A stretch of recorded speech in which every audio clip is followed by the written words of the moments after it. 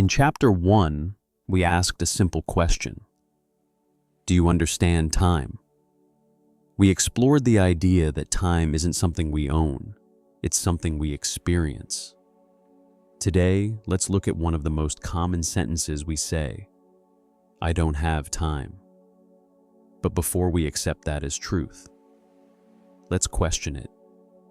Leonardo da Vinci was a painter, an inventor, a scientist, an engineer, an anatomist. Marcus Aurelius ruled an empire through wars, plague, and political turmoil, yet still found time to write reflections that have survived for nearly 2,000 years. A president leading millions, a CEO responsible for thousands, a king, a prince, a minister. Different lives, different responsibilities. The same 24 hours, the same 7 days. So, when we say, I don't have time, what are we really saying? Some of you might be thinking, they had people working for them. You're right, many of them did. But that's exactly the point.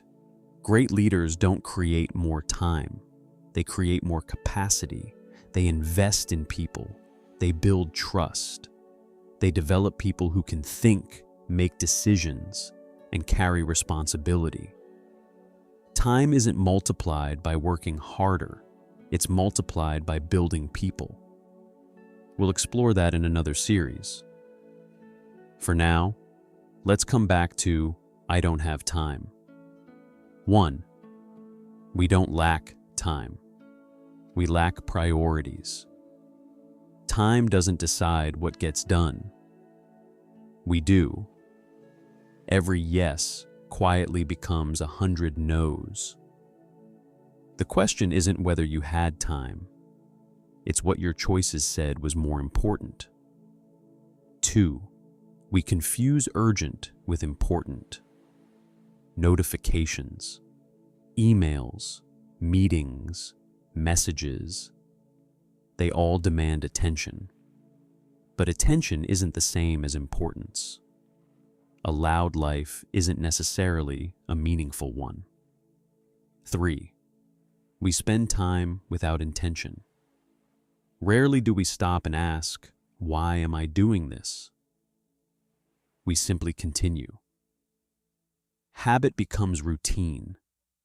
Routine becomes identity. Then one day, we wonder where the years went. 4.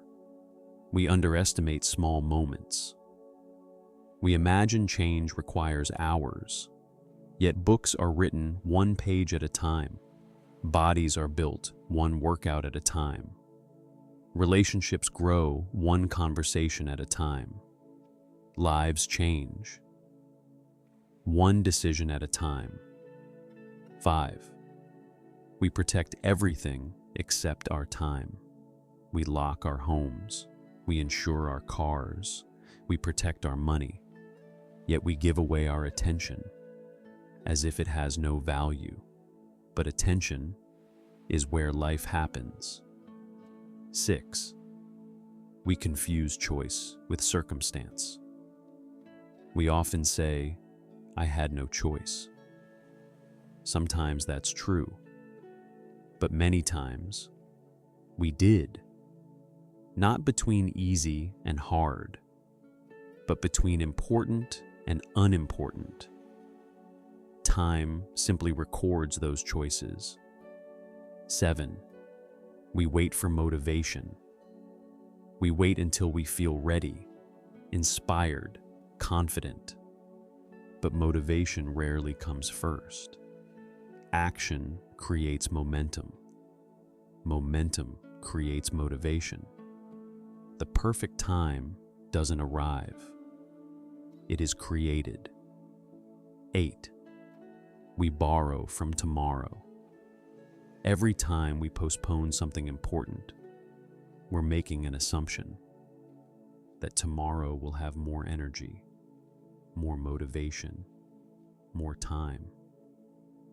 But tomorrow doesn't owe us anything. Tomorrow simply becomes another today. Maybe we've been saying the wrong sentence all along. Instead of saying, "I don't have time," perhaps we should ask, "What did I choose instead?" Because time rarely limits us as much as our priorities, our attention, and our choices do. When we become aware of those, we stop wishing for more time and start using the time we already have with greater intention. If someone watched every hour of your life for 1 week, would they believe what you say is important or what your time says is important?